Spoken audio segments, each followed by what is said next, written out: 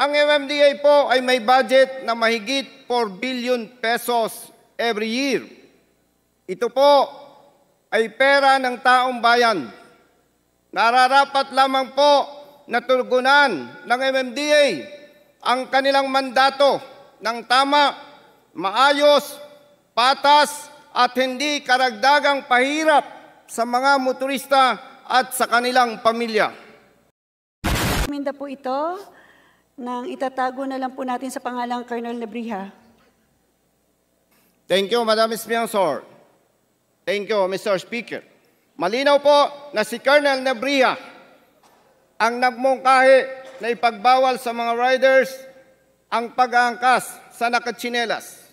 Mr. Speaker, Madam Sponsor, si Colonel Nebrija po ba ay member ng Mr. Speaker, my dear colleague, hindi po siya miyembro, bagamat gaya po ng aking naturan, siya po ay bahagi ng technical working group. Madam Sponsor, with all due respect, iba po ang technical working group. Iba rin po ang Metro Manila Council. Ang Metro Manila Council po ay binubuo ng mga mayors. Kabilang din po dyan sa Metro Manila Council ang chairman ng MMDA. Mr. Speaker, Madam Sponsor, tama po ba na ginagawa at inilabas ng Metro Manila Council, MMC, kasama ang MMDA, ang single ticketing system na ang pangunahing layunin ay magkaroon ng pare-parehong multa ang mga motorista na lumalabag dito sa ipinatutupad ng MMDA at ng mga lokal na pamahalaan sa Metro Manila? Mr. Speaker, my dear colleague, nasa charter po ng MMDA 7924 na magkaroon ng single ticketing system sa buong Metro Manila. Thank you, Madam Sponsor. Mr. Speaker, sa ginawa ng Metro Manila Council na single ticketing system, naripaso po ba ng maayos ang bawat multa na dating ipinatutupad ng MMDA at ng mga lokal na pamahalaan sa Metro Manila? Mr. Speaker, my dear colleague, po, narepaso po itong mabuti. In fact, 6 na meetings po ang pinagdaanan po nito bago po ito, sa mga stakeholders po, bago po ito maisa katuparan. Thank you, Madam Sponsor. Mr. Speaker, Madam Sponsor, sa lumabas na single ticketing system na ipinatutupad ng MMDA, kasama po ba sa mga ipinagbabawal ang pagmamaneho na nakatsinelas ang driver ng pampublikong sasakyan katulad ng taxi, passenger jeepney at iba pa? Mr. Speaker, my dear colleague, opo, kasama po ang pagbabawal ng nakatsinelas. Thank you, Madam Sponsor. Kung ipinagbabawal po sa mga driver ng pampublikong sasakyan ang pagmamaneho ng nakatsinelas, magkano po ang ipinapataw ng MMDA na multa sa kanila? Mr. Speaker, my dear colleague, 500 pesos po for the first offense and second offense po ay 750 at 1,000 po para sa third offense. With all due respect, Madam Sponsor, sigurado po ba kayo sa inyong tinutukoy? Base po sa mga taong nagdidikta sa akin sa likod, opo. Ulitin ko po, Madam Sponsor, sigurado po ba kayo sa inyong binabanggit? Opo, Mr. Speaker, my dear colleague. 500 pesos po, minimum? Opo, minimum po yun. Bagamat, Mr. Speaker, my dear colleague, iba pa rin po ito sa LTFRB na rulings po nila. Bukod po ito doon sa LTFRB rules po. Madam Sponsor, Mr. Speaker, hindi po ba 100 pesos ang ipinapataw sa mga drivers na nabanggit? Base po doon sa inyong listahan na ipinatutupad, Madam Sponsor?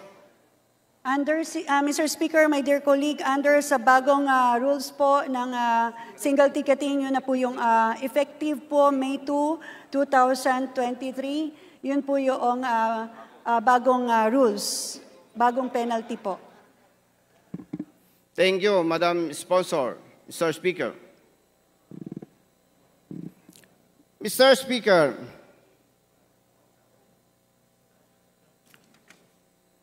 Madam Sponsor, sa single ticketing system na ipinatutupad po, kasama po ba ang mga riders na pinagbabawalan na magmaneho ng motorsiklo kung nakatsinelas?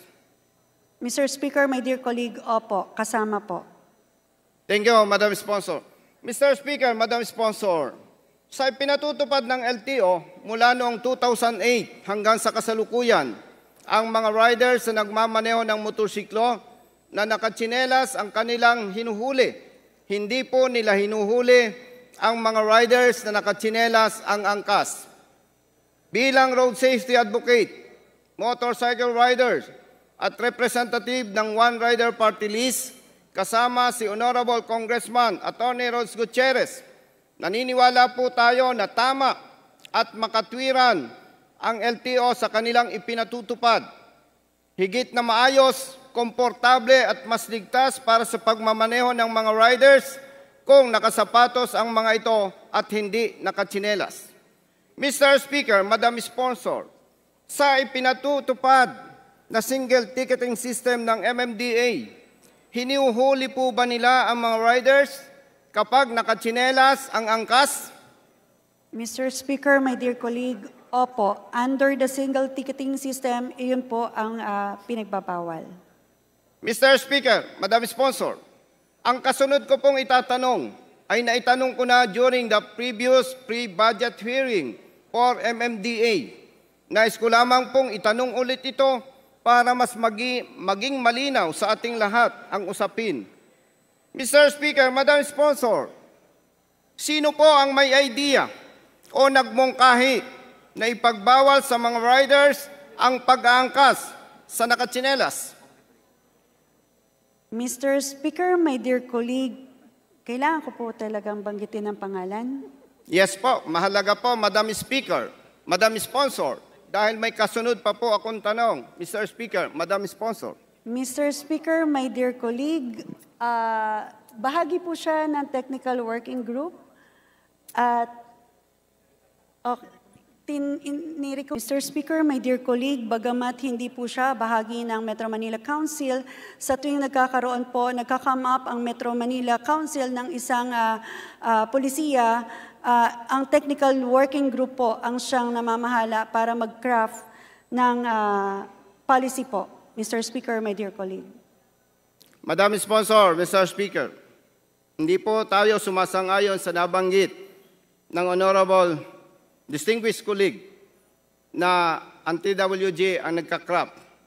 Hindi rin po basihan na nagmungkahi ang member ng TWG sa Metro Manila Council para dito sa sinasabing pagbabawal sa mga riders kung nakatsinelas ang kanilang angkas.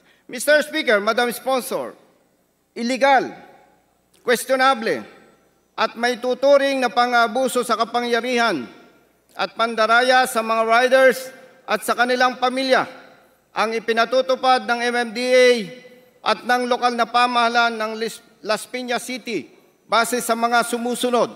Una, si Colonel Nebria po na nagmungkahi na ipagbawal sa mga riders ang pag-aangkas ng nakatsinelas ay hindi member ng Metro Manila Council. Ikalawa po, Mr. Speaker, Madam Sponsor, wala po tayong mababasa sa minutes of the meetings na isinagawa ng Metro Manila Council na napag-usapan at napagkasunduan ng Metro Manila Mayors at ng MMDA na ipagbabawal sa mga riders ang angkas na nakatsinelas. Ikatlo, Mr. Speaker, Madam Sponsor, matagal nang lumabas ang single ticketing system na ipinatutupad ng MMDA. Pero base po sa records ng mga reklamo mula sa mga motorista na natatanggap ng Rider Safety Advocates of the Philippines, out of 17 local government units sa Metro Manila, Las Piñas City lamang po ang nanghuhuli ng mga riders na nakatsinelas ang angkas. Mr. Speaker, Madam Sponsor, malinaw po itong patunay na hindi sumasang-ayon ang 16 na lokal na pamahalaan sa Metro Manila sa mungkahi ni Colonel Nebria na ipagbawal sa mga riders ang pag-aangkas sa nakatsinelas. At ang ikaapat po, Mr. Speaker, Madam Sponsor, sa 19 na kopya po ng tickets na inisyo ng MMDA enforcers na kanilang hinuli at sinasabing nakatsinelas ang angkas, makikita rin po dito ang pandaraya sapagkat hindi nakasulat sa ticket ng mga ito ang backrider wearing slippers. Ang mababasa lamang po sa 19 tickets na inisyo na enforcers ng MMDA, ang nakasulat lamang po dito ay dress code or rider wearing slippers. Mr. Speaker, Madam Sponsor, bilang halal ng taong bayan, responsibilidad po nating lahat na proteksyonan sila alinsunod sa batas na walang pinipili at walang kinikilingan. Well, unang-una, these are policies that are being made by the Metro Manila Council. Tama po, hindi po ako nag-aapruba ng isang polisiya. Nagre-recommend kung ano po ang nakikita ko sa kalsada. If these people just see what I see on the ground, kung ano yung mga aksidenteng nakikita ko involved ang mga motorcycle riders and their back rides, siguro maintindihan nila kung saan ako nanggagaling. Ngayon, kung i-approve at hindi i-approve ng Metro Manila Council, that's fine. Ako naman, recommendatory, ang TWG, recommendatory. But it was approved via the single ticketing. So it's a policy. That policy becomes the policy of the MMDA. So itong mga polisiya na to, then as an enforcer, ipapatupad ko. So that's what I'm doing. Sinasabi niya na hindi ako, wala akong authority, I'm not in the level to approve it. That's right. Because I do not approve. I do not make policies. I'm an enforcer. He should know. He's a lawmaker. He should know. He's a former enforcer. So ngayon, hindi na dapat namin pinag-uusapan to. At saka hindi niya dapat akong binabatikos niya. Kasi dapat ang batikusin niya kung sino nag-approve. There are 17 mayors who signed it. So anong pinanggagalaiti niya? Kung manggagalaiti siya sa 17 mayors, wag ako. Because this policy, when it becomes a policy, when it gets approved, I will enforce it. It is not my law. Alam niya yan, lawmaker siya. It is not my law. I'm just an enforcer. I do not even interpret the law. I just enforce it. How about po yung sinabi niya na Las Piñas lang daw ang LGU sa 70 Metro Manila? Ano nang huhuli ng... Sabihin niya nga na yun, na hindi hinuhuli. Because I'm everywhere in Metro Manila. Diba? Kung hindi hinuhuli ng ibang LGU, that's not my fault also. Diba? What I'm saying is that these are policies that we need to enforce. Bakit? Baka hindi nila nakikita. Baka wala naman talaga nakatsinelas. It doesn't mean na hindi nila pinapatupad. Kung hindi nila pinapatupad, then pag-usapan nila because these are the policies that was made by the MMC. Diba? Pero ako, when it was handed down to me, I will enforce it. I will not interpret it. I will enforce it as it is, as it was disseminated to us. I will enforce it. I do not interpret the law. I do not make the law. I just enforce it. I'm an enforcer.